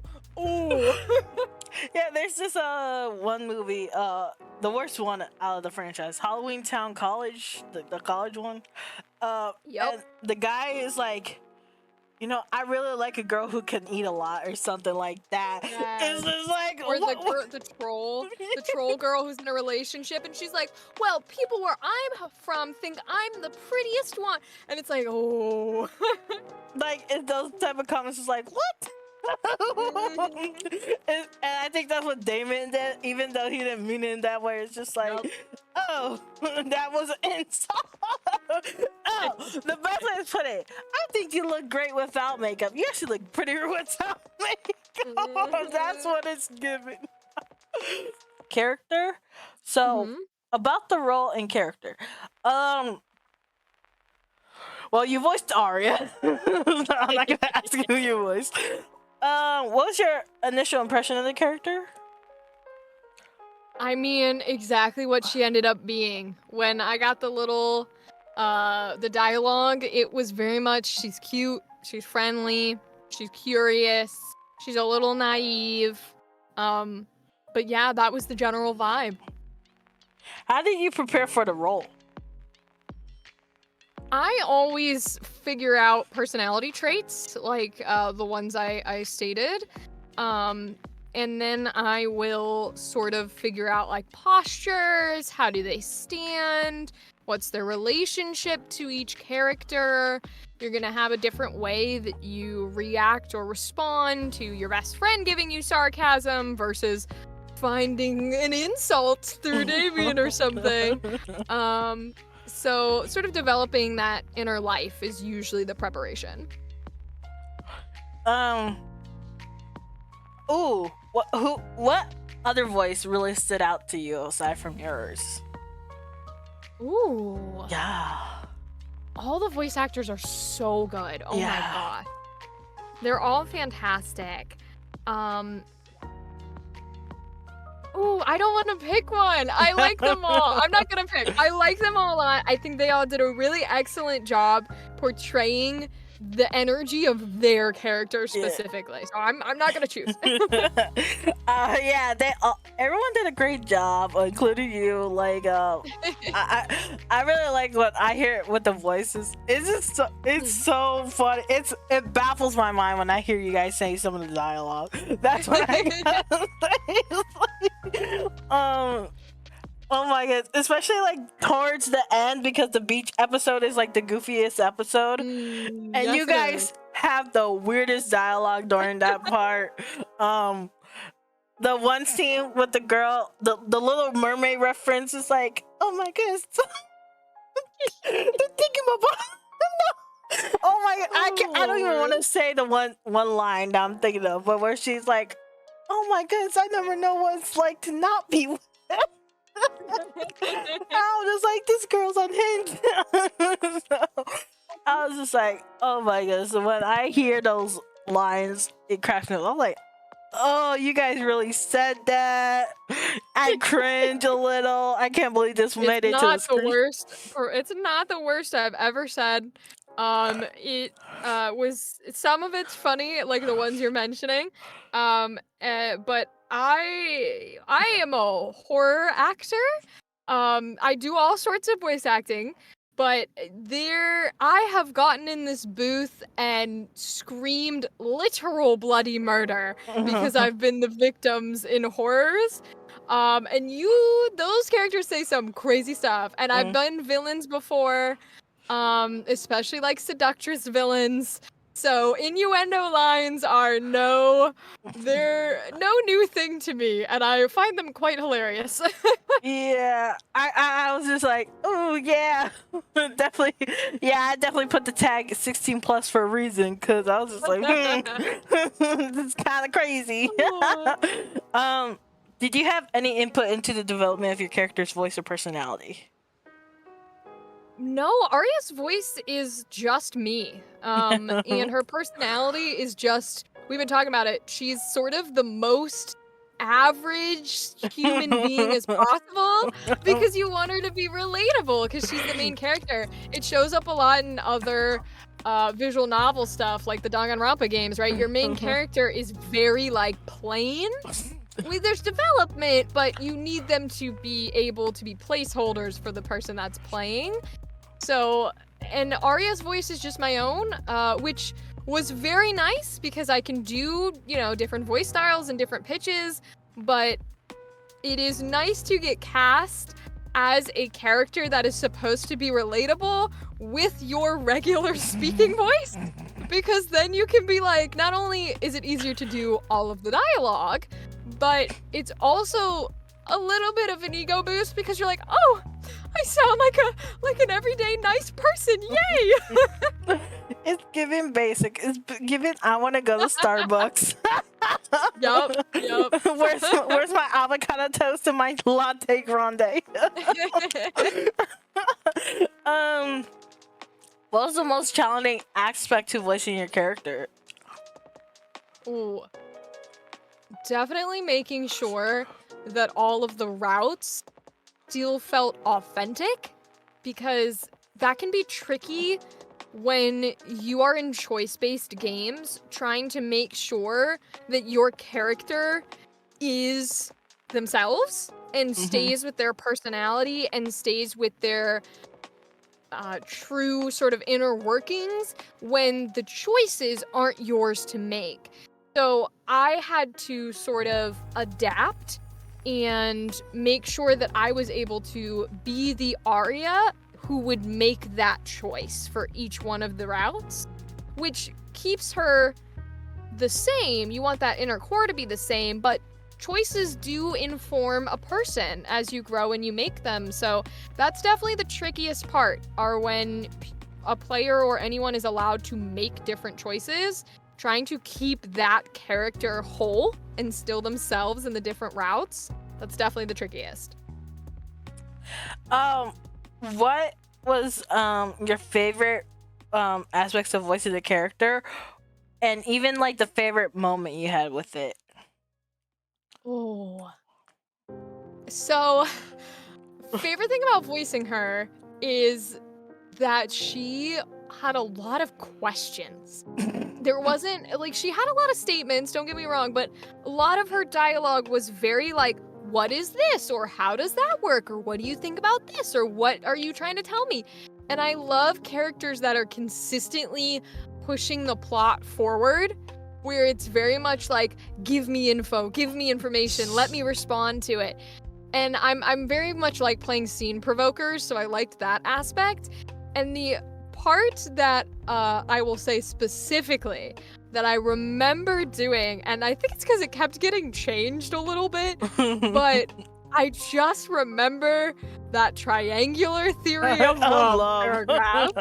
Yup, and it's a cool concept. I think it really is a great base point for her as a character, but that is definitely the moment that stood out, is that scene with Damien where she's like writing down or whatever, and she's just over and over that exact same dialogue thing of like the triangular theory of love. That's the part I remember. Love is made of intimate compassion and commitment.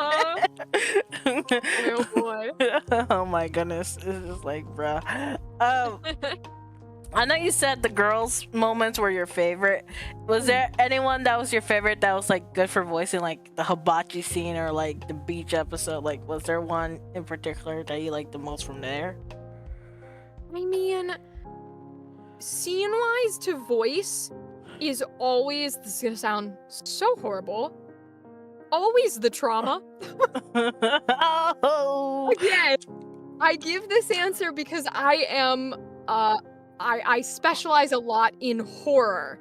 So any character in any genre that has to have a very emotionally unstable and vulnerable scene is something that I, as an actor, love getting to portray.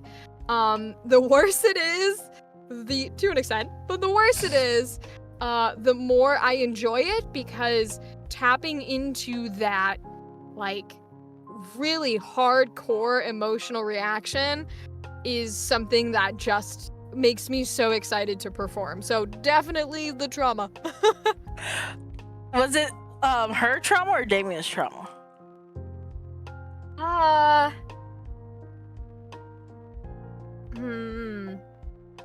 would say hers, but hers in the aspect of like anytime she needed or was emotionally vulnerable versus trying to help somebody else. Okay, because I know she has her backstory. It's so small in comparison when you think about it, because I was just like, we kind of just made that last second. It's like, okay, we got... No, it kept getting changed last second. That's what happened, because I was just like, I remember her thing was that some guy did a joke on her. Like, she's like, yeah, we're gonna make her date me, fall in love with me, and then like make her into like a public joke or something like that. And then I was just like, it kept getting rewritten. So I was just like, the outcome of it. So it felt like not really as in depth as I wanted it to be. But like, I don't know if you remember that backstory she had. So, but yeah, I was just like, I wish I did it more justice, because we didn't talk about her family life because I wanted to keep it hidden for that point in time. But we just talked about her being like emotionless, because I had written that in mind when she had her original design, because I was giving her more the villainous aesthetic, but now she has like the more princess motif. I feel like it could work, but it feels kind of out of place as well. So what were your thoughts on her backstory in that sense? Yeah, I think I agree with you. There's always more to be developed and discovered, and, you know, flashback territory. Maybe that we can give me the benefit of performing in that trauma, like yeah, like, oh, what was that scene like? Yeah, I think you said it all. Like, there's always more to be developed and played with and sort of put into her character and how she grew from it. Yeah, I don't know if do you think that time has passed to actually really look into it? Because I feel like she kind of recovered from it when you go into Damien's house. She's like, doesn't really think too much about it after the girls' night out. But you think that's still something she really thinks about every now and then? Yeah, something like that. Even if you have passed it and you have dealt with the emotions from it, I think it's one of those things that would come up anytime a similar emotion is triggered by a different situation. So anytime, you know, maybe there's a happily ever after and she dates one of these boys and marries them and dies with them, but if in the future, right, she has to retry and date, then that sort of inner emotional turmoil of like, is this real, would probably resurface. Oh, speaking of which, do you think she's actually ready for a relationship at this point? Ooh, boy. Yeah, because like most otames like have like the either like the kissing and all, but like the whole point of this game was to just get ready for the relationship. So it's just like, yeah, what are your thoughts on that? I think everybody always needs to work on themselves. Sometimes you can do that with a partner. So I think in some of these options, she could probably work on herself and her partner could work on herself while they're in a relationship. I think there are a few that we have talked about that maybe that would not work, but I think it's okay for her to jump into it. Maybe not the extra toxic ones. That might just make it worse. But the healthy ones, yeah. Yeah, okay, extra toxics, but you want her with silver, so like, I do.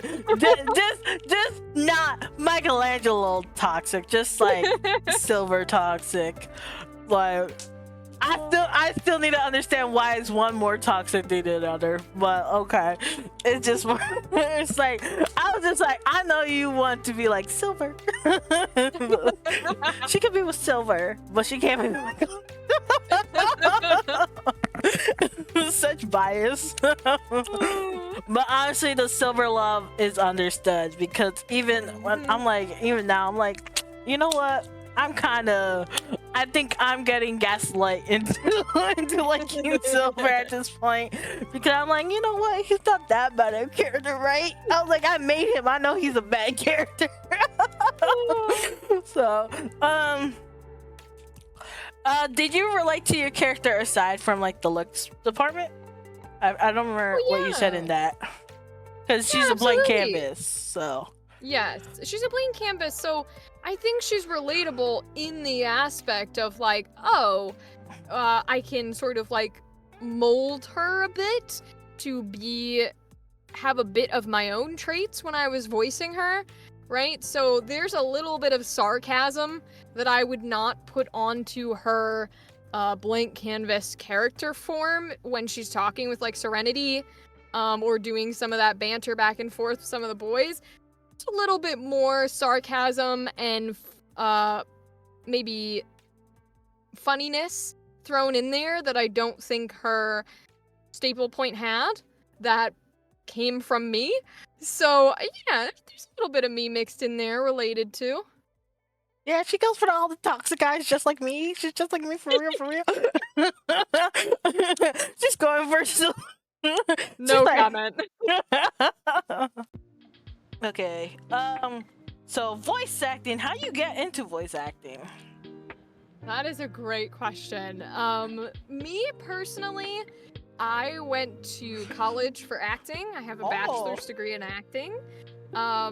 So it wasn't tailored to voice acting because that's not a thing they make degrees for. It was sort of on the theater side, but it was mostly just in acting as a craft. And then I voiced in the animation department of my college's. Their seniors have to make senior films. And so I voiced a character in one of their films, and then voiced a character in their second film. Both of those were different leads, but fun leads to do. And then through there, I sort of fell into loving voice acting, and I have been pursuing it and doing indie stuff and as much as I can get my hands on ever since. So yeah, that was my pathway. You know what's funny? I just realized, because you're talking about acting, right? The voice actor for Serenity is the voice actor for the bridge for Ochako from My Hero Academia. And I met the voice actor for Ochako in real life, who also does Nami. And she says, yeah, voice acting is actually acting. So you have to know how to act in order to voice act. And I was just like, dang, rip to me. Because unless you want me to call you peasants and commoners, I ain't know how to act. And that's only because my audience wants me to call them peasants and Judah. So I was just like, I guess I need to learn how to act somehow. So I just found that kind of hilarious, because you were talking about acting. I was like, oh my gosh, that's just where I met the voice actor. So yeah. What advice would you give to aspiring voice actors? Yeah, so there's a lot of advice that gets thrown around, by a lot of different people. So when I get this question, I try to bring something new as an answer as much as possible. So one of the ones I haven't heard a lot is, people will say like, and of course it is, acting is super important, go take acting classes, etc., etc. And that is true. I think there is a bit of a education barrier into some acting stuff, because if you don't know terminology, you have no idea where to start. And Google isn't always that helpful. So my advice, if you're interested in voice acting and, you need to learn the acting side of it, I would say you can try like improv classes, you can try group classes. If you are able to like do an virtual sort of like one-time basic general lesson, I would find a voice actor where you like the characters they've portrayed. So you know their credit list, right? You can name an anime and the characters they are in it, and you like their portrayal of these characters. They do something that you want to do. Like if you want to be video games, you would find a video game actor. If you want to do anime, you would find an anime actor.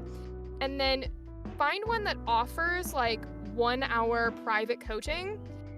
Get one lesson and go in there with a bullet points of like, here are my questions. This is what I want to do. Can you tell me like who can help me? Is it you? Where should I start at the very beginning?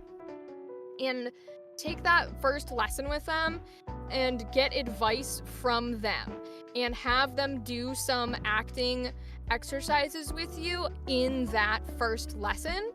So that way you can know if you even like it. Because if you don't like acting, right, like you said, you're not going to be a voice actor. And you don't want to put all the time and the money into something when you're like, ooh, I don't actually like being vulnerable like this. I don't actually want to I don't want to cry in front of people. That's not something that's comfortable for me. I don't want it to be comfortable for me, and I don't want to practice it. Ooh. And if that's the case, then you need to know that before you start it.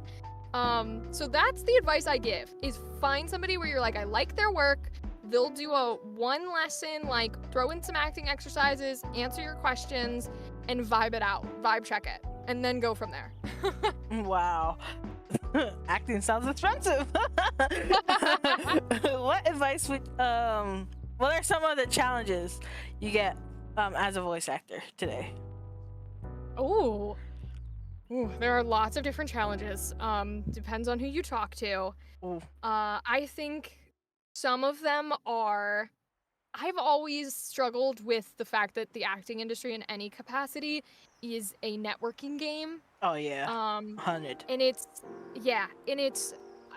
I have a voice acting workshop that I tour with to anime conventions and as many conventions I can get to throughout the year, where you literally come in and I hand you original dialogue and you record in a booth, and then I edit your audio with sound effects and all the stuff, and I give it back to you so that you can experience, what it's like to do this in a very, very baby professional capacity, and have a piece of audio that says this is what you could be.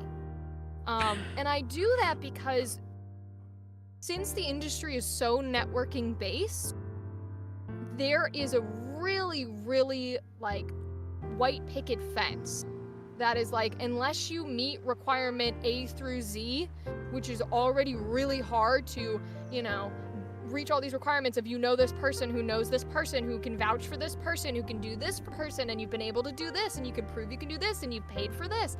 Unless you can reach all those requirements, you don't even have a chance of crossing the fence, let alone getting over the fence entirely.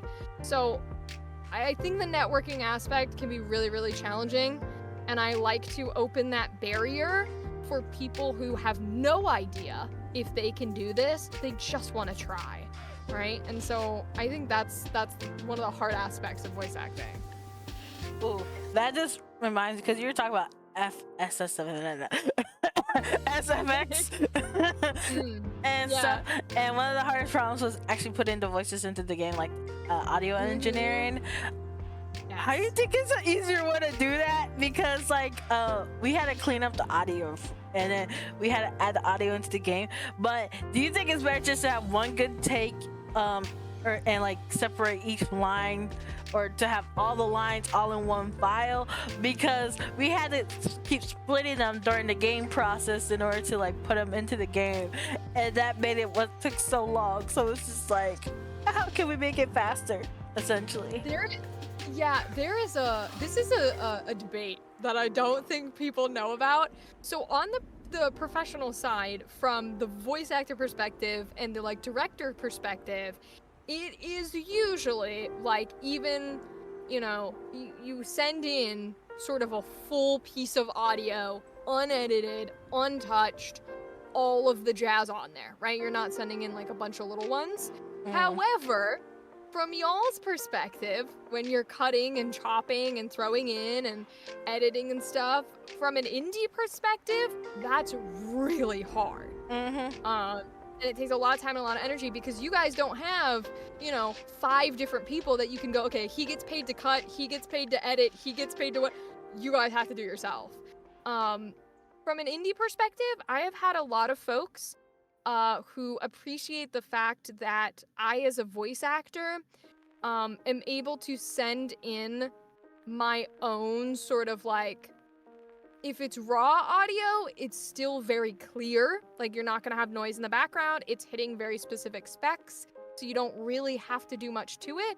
Or I've had some indie folks who are like, hey, if you know how to clean it, can you just do it for us? And I've had that happen as well, which can be super helpful. Or if they know what they want done, right, and I have the SFX capability to do it, they can send me literal screenshots of like, do this, and then I can do it. It just kind of varies. Unfortunately, there's not much of a time saver that comes to video games and stuff. I will say, there is a debate on whether or not there should be multiple takes after you've been cast in a project. So a lot of times places will do, if you only want one take and you don't want to have to choose from like 3 for every single line of dialogue, that's where live directing comes in, where you're in the call with someone and they hit record and you go, okay, we're gonna go through this script. I'm gonna voice the other person, which won't be on your recording because I'm not there with you, I'm on Discord, and we're gonna go through the script once. And you're there listening to their performance going, okay, I liked that, okay, I liked that. And you're making like a little checkmark note, and if you go across one that you're like, I didn't like how they said that, maybe you'll make like a little X, so then you can go back and redo that at the end of the file. But you know the version you did like is at the end of the file. So that's how you get it down to like one take, and I do have folks who do that. It kind of depends on your energy. I think it also depends on cooperation, because like I know you mentioned that you like to do stuff solo, so like Yes. would you want someone to be there during your live recording and be like, hey, you want me to be like, can I listen to your take so we can pick it out, so that way we don't have to do so much work? And it so depends, because I do so much solo because I'm sort of all over the place with when I get a chance to like be in there, and because of time zones and stuff like that. And then especially depending on the performance, there are some like scenes that you need to do out of order. Aria's Choice just had a lot of dialogue. But like for horror stuff, right, I like to do a lot of the screaming and stuff solo by myself, because I'm like, you are not gonna hear it. Like, even if you did, you're not gonna know what scream you wanted. But yeah, I don't mind live direction. It just takes a lot of scheduling. And like the famous D&D quote is very like, it is not hard to be a dungeon master. It is hard to schedule everybody on the same day for the same hours to get together and do it. So I don't mind live direction. I enjoy it. But solo-wise, I would always say like, just tell your voice actor ahead of time, like, hey, this is exactly what we want. Do one take of everything, send it to me, whether it's in separate lines. Like if you want separate audio files, go for it. Be like, send me a wave of each line and title them this way. Do one take, and if we need retakes, I'll tell you, or whatever you want, you know? The yeah, what you said. Imagine if you had to do the internal monologues too, where you had to be like, because he was just like, should we have it? I was like, I don't think she's gonna want to do that. Where you're just like, oh, what is Damien thinking about me right now? And I think I did an audiobook once. And I remember recording that audiobook. I did it solo as well. And I just remember every time I'd get out of the booth, because you're only supposed to be in the booth for about 2 hours at a time. Why is that? So you can strain your voice. And you can become, even with water, you can become dehydrated because the booths are very hot. And you also, actually from an acting perspective, can sort of fall into a lull where you are performing not at your best once you get to that level, or to that length. So you're really only supposed to be in there for 2 hours at most. And when you are doing something like audiobook, like how, you know, all the inner thought of Aria's choice could be, you do not get through a lot when you are trying to do those silent sections. How can, because you're an actor, so how do you go approach doing different emotions, like, and getting into the feel? Because I even saw this video how some people do fake emotions versus real emotions. Yeah. So it's different for every actor, but me personally, because I learned some of the traditional acting techniques through college. I learned like Meisner and Stanislavski, and other Uta Hagen and stuff like that. I basically sort of use their techniques to mold something that works for me, which is, I find great success in physically recreating what my body does for an emotion. So if I need to be crying and sad, for me physically, when I am crying, the immediate thing that I know my body does is it's gonna start like barely being able to breathe. So it's gonna be like a type of territory. And that reaction, if I create that physically in my body, immediately my brain's gonna go, oh, are we sad? Are we crying? Oh my God, are we sad? And like, I'm able to channel that through the body thing and make that emotion realistic. And that works for anger. You can add tension into your body. You can, you know, clench your hands. You can move. It works for happiness if you're somebody who like throws their arms around and speaks with their hands. I'm a big proponent of physical movement and body stuff in order to embody emotions. When it comes to how you did in this game, how would you feel about hearing your voice again? Do you feel like there's some things you wish you'd done better, or some things that you think you would like another opportunity to do again? I mean, there's always gonna be something that you listen to your performance and you're like, oh my God.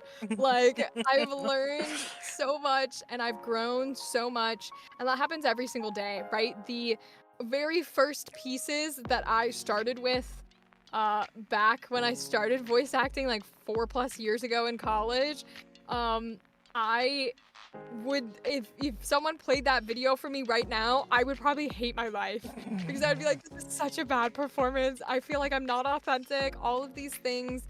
So there will always be something, and I'm sure if I went through the game or went through my audio, I would find something here or there.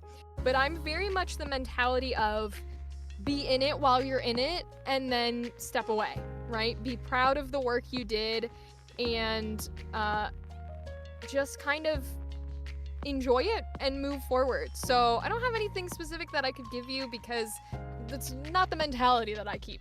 Okay, no problem. Is there anything you think the voice actor or me as a director could have done, the voice director or me as the main director could have done better to improve like the voice recordings or voice maintenance or anything when it came to voice acting? Well, first of all, it's always good to ask for feedback, so I think that's fabulous. Um, but I mean, I just think as long as you are communicating properly, then that is always what matters, right? Is like be as open, and I would even say as somebody who is so bad with like not communication, but sort of reading tone and stuff. I would say like don't be afraid to talk to somebody like they're like 5 years old and be like, okay, I need you to click on the recording software, open the recording software, record this. Like, it might sound condescending and like you're not giving somebody respect, but for someone like me, it's really, really helpful because my brain is always like, is this what they meant? What if I'm doing it wrong? Like, what if that's not what they meant? And then I get stuck in that sort of cycle. So, but you guys were pretty communicative, but I think always that kind of communication is helpful. So baby steps, essentially, like read it as a child. Be like, this is what you need to do. Absolutely. Step 1. Okay, Yes. these are the last 4 questions. Mhm. What is it that you hope the players would experience from Aria's Choice? Like, what kind of message that you feel like they could get, even if it wasn't just about the romance? Ooh. I think. Oh, I would want them to experience kind of like different perspectives, I think, because Aria's Choice has a great way of, you know, whether you romance the toxic boys or the good boys, I think you still see different perspectives on life. And you might not agree with those character thoughts and choices and dialogue, but you're able to be like, huh, I see why this character acts in this way. I can imagine how they might behave. And do I like where that would put the character I'm playing as in a relationship, right? If you can do that for fictional characters, then you can take that back for your own life. And I think that would be good for players. What do you think you learned from this project? Ooh. I learned that there is so much love and creativity put into games like this. I always know every time I'm able to be a part of anything indie, but especially indie games, I know there's so much work happening behind the scenes, but sometimes you don't always get sort of a view into that. Sometimes you get like, thanks for the dialogue and the game is done. Here you go. And that's sort of the end of the communication. And so I think working on this project has been fun because, I mean, we're even doing like a whole interview right now, which is so cool. I've been enjoying these interviews. Yes. And you know, everybody's super friendly and they worked so hard. And I love when processes are like that and getting to learn about all the different pieces that went into it.